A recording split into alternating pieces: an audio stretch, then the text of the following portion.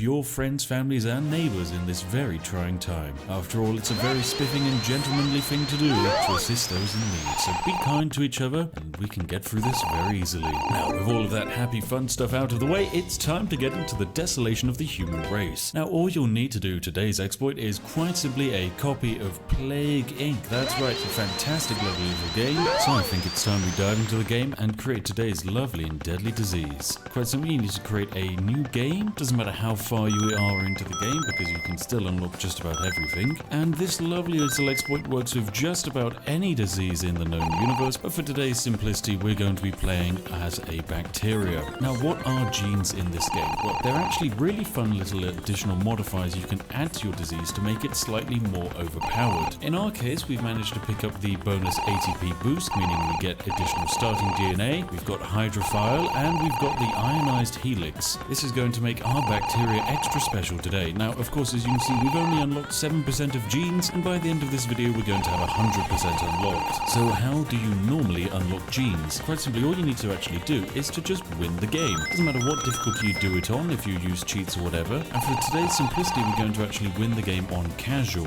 Casual is great because it's meant for new players wanting a quick game. Basically, no one washes their hands, research doctors don't work, sick people are given hugs, and probably no one drinks tea in this universe. So we're going to unleash our lovely bacteria PAX 12 onto the world. So welcome to Plague Inc, ladies and gentlemen. It's lovely. It's a pretty fun and surprisingly accurate little simulator allowing you to see the spread of diseases across the world. Now, of course, as you will remember, I've made sure my bacteria is slightly better in humid environments. Now, I've decided to start my disease in Brazil because it's in a pretty prime location to infect most of the world. It is fantastically rural, it's humid, and it is hot. For bacteria, they come with a couple of bonus abilities, meaning they are relatively more heat resistant than most, which is always very nice. Now, for our first opening move, we're mostly just going to be investing in forms of transmission, and livestock is a great place to start as this is a rural country. Now, as our disease begins to spread, we're going to get more evolution points, allowing us to invest in fantastical new bonuses like, say, being able to transmit via rats or birdie boys, or even water. Imagine that, a disease which is transferable by water. Imagine if we had to stop drinking tea in order to stop a disease. Now, that would be terrifying. But at the end of the day, it's a sacrifice you have to take. Now, because of course we are also in Brazil, it's good to pick up the water transmission early on, as that means we're more likely to escape via a boat, and also because it's a humid environment, more transmission. There we go, we've infected our first few hundreds with the disease. We're up to 500 cases, which is very good. Make that now 700. And I'm going to invest in basic levels of drug resistance to start off with. This means that because we are in technically not a poor country, we are going to need to actually invest in drug resistance so that we spread and infect more. Now, we've successfully managed to infect thousands, and we've also crossed our first border into Argentina and Bolivia. I personally love to pick up genetic hardening very early on as it makes your disease more resistant to cure progress, and I strongly do recommend that. We have also managed to pick up West Africa, which is lovely, and there we go, our first few cases in America.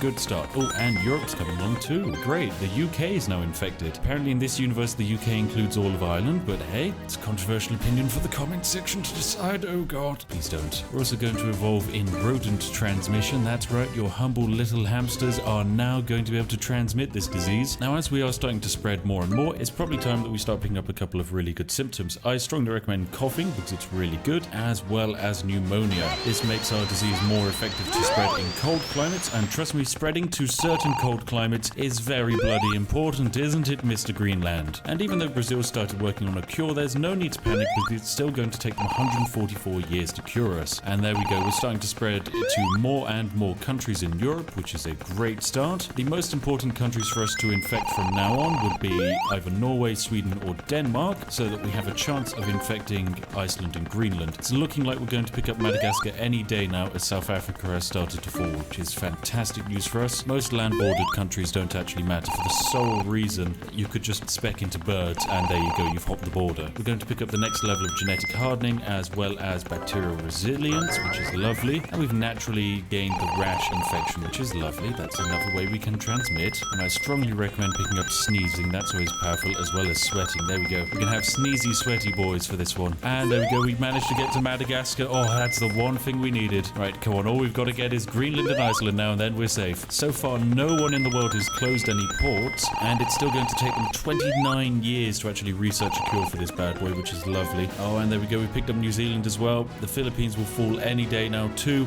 And that's Iceland. Greenland gone. Yes, there we go. We're getting all of these countries now. We are now more infectious than the common cold. Lovely. Wow, 2 billion, almost 3 billion people infected with this now. We haven't even landed in China yet. But I guess it's mostly because all of South America is gone. All of Africa is about to collapse. Oh yes, this is a great start. So what countries haven't we infected? Well, if we take a look at the list, we haven't infected Greenland, Sweden, Finland, the Baltic States, and Kazakhstan. And there we go, there goes Kazakhstan. And there goes Greenland as well, so it's now just Sweden, Finland, and the Baltic States, and they will all fall very quickly. Japan shuts down its airports. Well, it's already too late. Your entire country's infected. Rest in peace, Japan. And we have 110 disease points to spend. So with this glorious situation we find ourselves in, we're going to pick up 1 extra level in rodents, just because we are now starting to infect more urban countries, and it's time for us to start murdering people, simply because we have so many points. We're going to grab insomnia, paranoia, as well as immune suppression, and we will pick up total organ failure when the time is right. Don't worry, ladies and gentlemen, it's going to be coming very soon. So there we go. We're going to start seeing our first few people dying off around the world now, as lethality has just started. There we go. First death in Argentina. We've managed to infect Sweden and Finland, and I'm pretty sure that means no healthy countries left in the world. And with that, we can now switch from infecting to killing everyone. There we go. With over 60 million now dead in the world, the focus is fully being thrown at the cure, and they will actually research a cure in 251 days. Sadly, that time is never going to come, as we've just picked up coma and total organ failure, and we're also going to whack on a genetic reshuffle after this. So we're going to whack on a genetic reshuffle, meaning they lose some of their cure progress. Lovely. Killed over 120 million people now. Oh, this is some great progress. Spain has broken down, meaning Spain can no longer actually focus on doing any cure research, which is lovely. I'm not sure there's many healthy people left in the world, actually. Could actually do with killing these people a little bit quicker, so I'm also going to pick up some necrosis, as that's lovely stuff. And there we go. It's time for the world to start murdering people. Well, there are now no healthy people left in the world, and with that, we are just going to immediately rinse the entire world's population into non-existence. There you go. This was one of the easiest games I've ever played of Plague Inc., but then again, we are playing on casual difficulty. But once again, casual difficulty doesn't actually make a difference here. As you can see, most of the world has now given up on cure progress, and the population will soon just completely come to an end. There are only 900 million people left alive, 800 million, 500 million,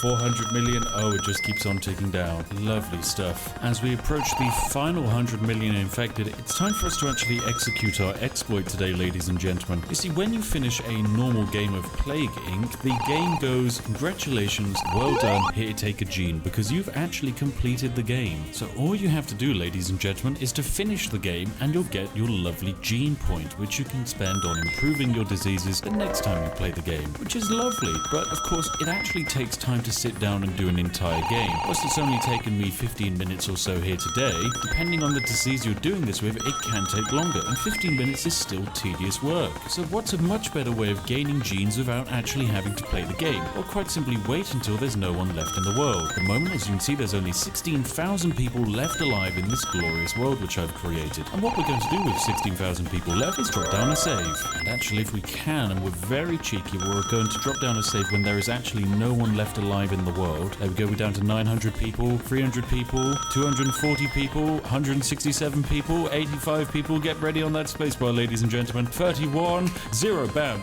So what you want to do, you're on 0 people, you pause the game. If there's another day in this game, you win the game immediately. So what you do is you save on the final day of the game. There you go, saving in process, do not switch off your machine, and bam, we let ourselves tick forward a single day, and bam, we've won. Victory, eliminate all life on Earth. With that victory, you can see how we did in the game. As you can see, we did quite well actually. Only took us 518 days. But what we're going to do is exit out of the game. Now, because we've won the game, we managed to gain a brand new gene. New gene discovered. The following gene has been unlocked. Transcelion Plus in single player. Very nice. Now that new gene is lovely. What's better than one new gene? Well, it's another new gene. How do you get a brand new second gene from that game? Well, you just simply go to load game and load up your previous game. There we go. As you can see, we're about to tick over and we've just won the game, and we can exit out again. Oh, we just unlocked Sympto status, and we can repeat this process over and over again. Oh, it's lovely. Bam, another victory, exit out of the game, and we've unlocked our Darwinist. Okay, and we can just go again and again and again. Remember, we only had 7% of genes unlocked when we started this exploit only 20 minutes ago, and yet we are racking up genes faster than anyone else can physically comprehend. This is lovely stuff. Phaetostasis, lovely. Another great gene to add to the pile. We've unlocked Terracite.